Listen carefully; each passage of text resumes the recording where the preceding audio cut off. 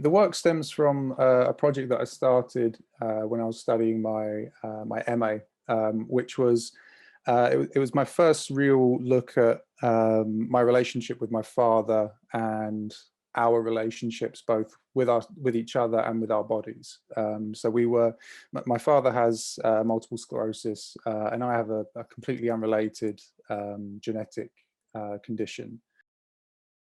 So the project is really about the advancing of my dad's disability on him, both physically and mentally, and how the experience of kind of learning to live with that and adjust to our shifting relationship has manifested. And so the project's been, part catharsis in terms of, my own engagement with it. So in how I have both created it in terms of, with the writing, that's been a kind of obsessive daily task, and as well as the photography, which has been, again, it started something very kind of poetic, and it kind of grew into something quite obsessive. Writing and photography for me really it has kind of blurred into this singular action, a singular process for me, and I now kind of, I don't really feel any difference between the act of writing and the act of making images.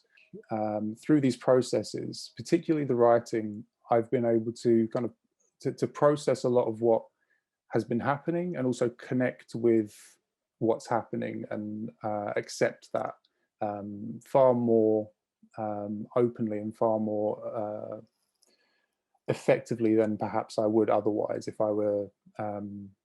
I didn't have this as an outlet.